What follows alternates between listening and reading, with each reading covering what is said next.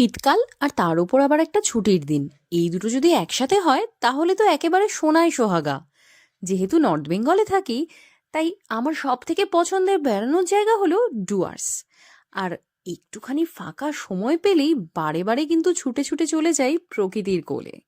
এরকমই একটা ছুটির দিন দেখে আবারও আমি পৌঁছে গিয়েছিলাম নর্থ বেঙ্গলের আরও একটা প্রচণ্ড পপুলার জায়গায়, যেটাকে অনেকেই তোমরা নর্থ বেঙ্গলের অ্যামাজন নামেও চেনো, আবার অনেকে নর্থ বেঙ্গলের সুন্দরবন নামেও চেনো। তাহলে বুঝতেই পারছো কোথাকার কথা বলছি। হ্যাঁ, আজ আমি তোমাদেরকে শোনাবো আমার সিকিয়াজোড়া যাওয়ার গল্প। আর আমিও তোমাদেরকে সাথে নিয়ে যাব সিকিয়াজোড়ার প্রত্যেকটা মুহূর্তে। ওখানে গিয়ে কি কি করলাম, কি কি দেখলাম, আর কিভাবে সব থেকে গুরুত্বপূর্ণ যেটা বোট সাফারি করলাম, সেই সমস্ত গল্প থাকবে আজকের আমার এই ভ্লগে।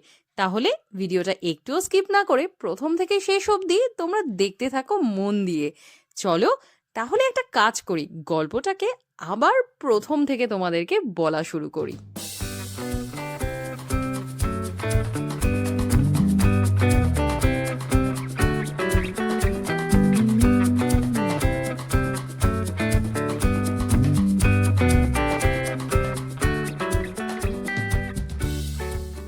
তাহলে এবারে শুনে নিন কি করে পৌঁছবেন সিকিয়াঝোড়ায়। আলিপুরদুয়ারের মূল শহর থেকে দমনপুর হয়ে ধীরে ধীরে এগিয়ে যান সামনের দিকে। একটা সময় পর রাস্তা এসে দুভাগে ভাগ হয়ে যাবে। একটা চলে যাবে জয়ন্তীর দিকে, আর আরেকটা রাস্তা গিয়ে পৌঁছবে ন্যাশনাল হাইওয়েতে। এবার যে রাস্তাটা ন্যাশনাল হাইওয়ের দিকে গেল সেটা বরাবর কিছু দূরে গেলেই আপনারা পাবেন এই মোড়টা। এই মোড় দিয়ে ডান দিকে ঘুরে গিয়ে আপনারা উঠে পড়ুন ন্যাশনাল হাইওয়েতে। এবার এই হাইওয়ে ধরেই ধীরে ধীরে এগিয়ে যান সামনের দিকে। দুধারে চা বাগান আর অপূর্ব প্রাকৃতিক দৃশ্য দেখতে দেখতেই আপনারা পৌঁছে যাবেন সিকিয়াছড়ার রাস্তায়। সিকিয়াছড়ার রাস্তাটা যাওয়ার পথে পড়বে হাতের বাঁ দিকে। ন্যাশনাল হাইওয়ে থেকে ধীরে ধীরে সিকিয়াছড়ার রাস্তায় অর্থাৎ বাঁ দিকে ঢুকেই আপনারা ডান হাতে দেখতে পাবেন একটা রিসর্ট। এটা চেনার জন্য আমি বলে দিলাম, এই রিসর্টের নাম হলো মা রিভারভিউ রিসর্ট। এবার এই রাস্তা ধরে আরো কিছু দূর গেলেই আপনারা দেখতে পাবেন সিকিয়াঝোড়ার মূল যে প্রবেশদ্বার রয়েছে সেখানে পৌঁছে গেছেন। এখন যেটা আপনারা দেখতে পাচ্ছেন এটাই হলো সিকিয়াঝোড়ার মূল প্রবেশদ্বার। মূল প্রবেশদ্বারে ঢুকতেই হাতের ডান দিকে আপনারা দেখতে পাবেন সিকিয়াঝোড়ার টিকিট কাউন্টার। আর তার ঠিক পাশেই যে উন্মুক্ত খোলা জায়গাটা রয়েছে, অর্থাৎ এখন যেটা দেখতে পাচ্ছেন এটা হলো ছোট থেকে বড় সমস্ত ধরনের গাড়ি পার্কিং এর জায়গা। এবার আপনাদেরকে বলে রাখি টিকিটের মূল্য কত রয়েছে। এখানে প্রাপ্তবয়স্কদের জন্য প্রবেশ মূল্য ধার্য করা হয়েছে 20 টাকা এবং 5 বছর পর্যন্ত শিশুদের ক্ষেত্রে এই মূল্য রয়েছে 10 টাকা। সিকিয়াঝোড়ার যেটা মূল আকর্ষণ অর্থাৎ নৌকা বিহার বা বোট সাফারির ক্ষেত্রে প্রাপ্তবয়স্কদের জন্য টিকিটের মূল্য রয়েছে 60 টাকা এবং এই একই জিনিস বাচ্চাদের ক্ষেত্রে রয়েছে 30 টাকা। এবারে চলে আসি পার্কিং চার্জের বিষয়ে। আপনারা যদি বাইক নিয়ে যান তাহলে আপনাদেরকে দিতে হবে 20 টাকা। অটো বা টোটোর ক্ষেত্রে লাগছে 30 টাকা। ছোট প্রাইভেট কারের ক্ষেত্রে লাগছে 50 টাকা। বড় বাসের ক্ষেত্রে লাগছে 200 টাকা এবং অন্য কোনো মিনি বাস বা ট্রেকারের ক্ষেত্রে লাগছে 100 টাকা। এবারে একটা ইনফরমেশন আপনাদের দিয়ে রাখি, আপনারা যদি কেউ চান তাহলে টিকিট কাউন্টারের মধ্যে নিজেদের হেলমেট সংরক্ষিতভাবে রেখে দিতে পারেন। আমরাও ওখানেই তা রেখেছিলাম। তাহলে চলুন এবারে প্রবেশ করা যাক ভেতরে। এই মুহূর্তে আমরা দুজনেই সিকিয়াঝোড়ার যে মেইন গেট ঠিক আমার পেছনে রয়েছে, এই মেইন গেট দিয়ে আমরা ভেতরে ঢুকে গেছি। আর পুরোটা এখন তোমাদেরকে ঘুরিয়ে দেখাবো, সাথে থাকো, ভিডিওটা আমি কন্টিনিউ করছি, তোমরা দেখতে থাকো।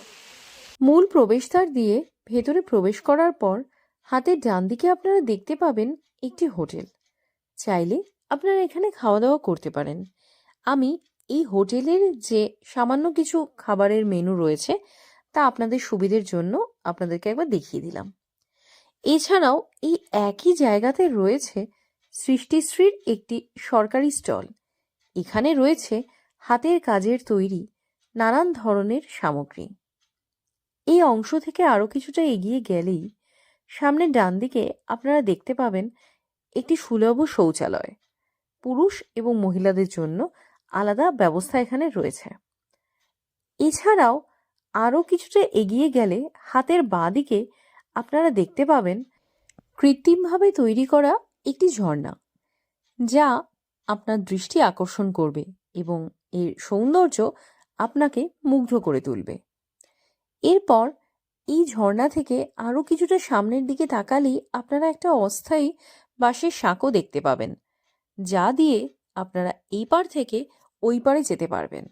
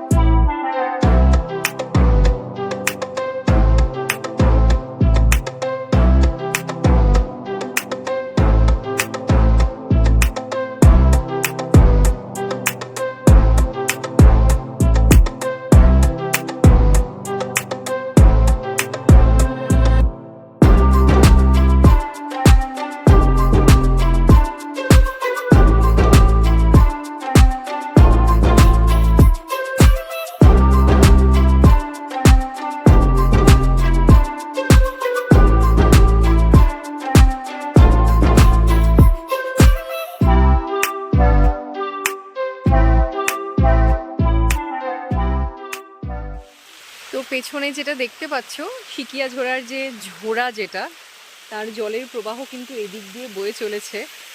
আর এই যে সৌন্দর্য, এটা আমি এখানে দাঁড়িয়ে বেশ কিছুক্ষণ দেখলাম, বেশ ভালো লাগলো।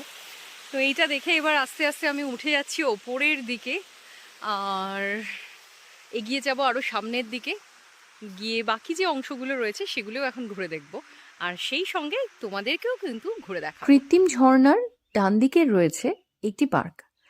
এই পার্কে রয়েছে মনোরঞ্জনের সমস্ত রকমের ব্যবস্থা। এছাড়াও শিশুদের জন্য তৈরি করা হয়েছে এখানে বিভিন্ন জীবজন্তুর আদলে মূর্তি, যেমন রয়েছে হাতি, হরিণ, এই সমস্ত কিছু। আমিও এই পার্কে এসে কিছুটা শৈশবের স্মৃতিতে ফিরে গেলাম এবং এখানে কিছুটা সময় কাটানোর পর এবার আমরা এগিয়ে যাব ধীরে ধীরে সিকিয়াঝোড়ার মূল আকর্ষণ অর্থাৎ নৌকো সাফারির উদ্দেশ্যে।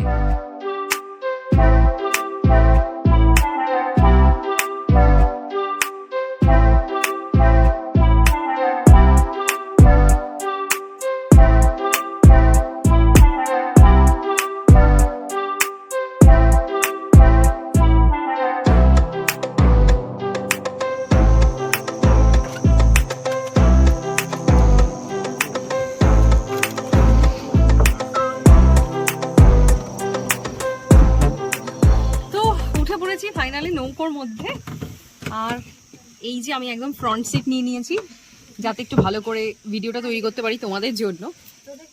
তো দেখা যাক কি কি দেখতে পাই। আমরা উঠে পড়ার সাথে সাথেই কিন্তু দূরে দেখো যে দুজন এখন নৌকোর মধ্যে উঠছেন, তারা দুজনই হলেন এই নৌকোর মাঝি, এবং গভীর জঙ্গলে গিয়ে এরা দুজনেই কিন্তু আমাদের ভরসা। তো এই দেখো এবার আস্তে আস্তে কিন্তু নৌকো কিন্তু ছেড়ে দিল, এবার কিন্তু আসল অ্যাডভেঞ্চার শুরু হবে।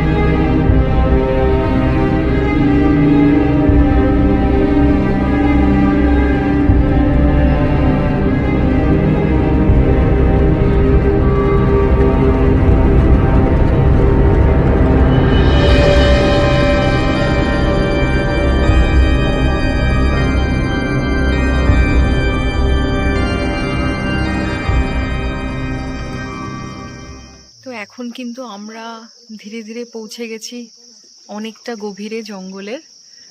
আর এই জায়গাটা কতটা নির্জন বুঝতে পারছি না, সেই আওয়াজটা তোমরা আসছে কিনা, মানে তোমরা বুঝতে পারছো কিনা এই জায়গাটা ঠিক কতটা নির্জন।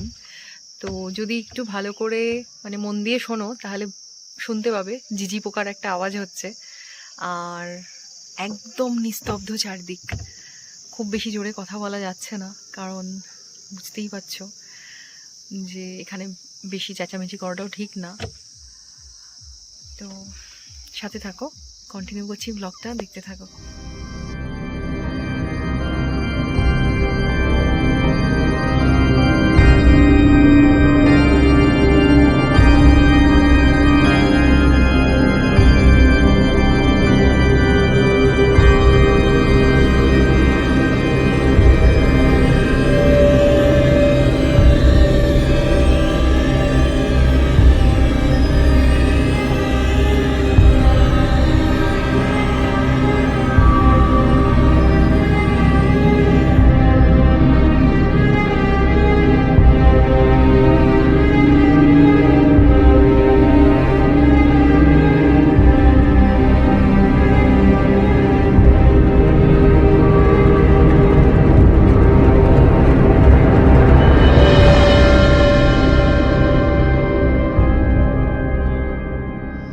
কি রে, ভয় লাগছে নাকি?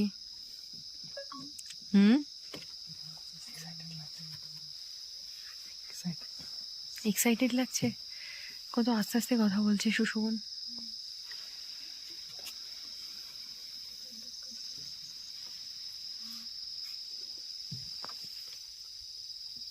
অবশেষে রোমাঞ্চকর এই বোট সাফারি শেষ করে আমরা যখন ফিরতি পথে, সূর্যও তখন অস্ত যাওয়ার মুখে।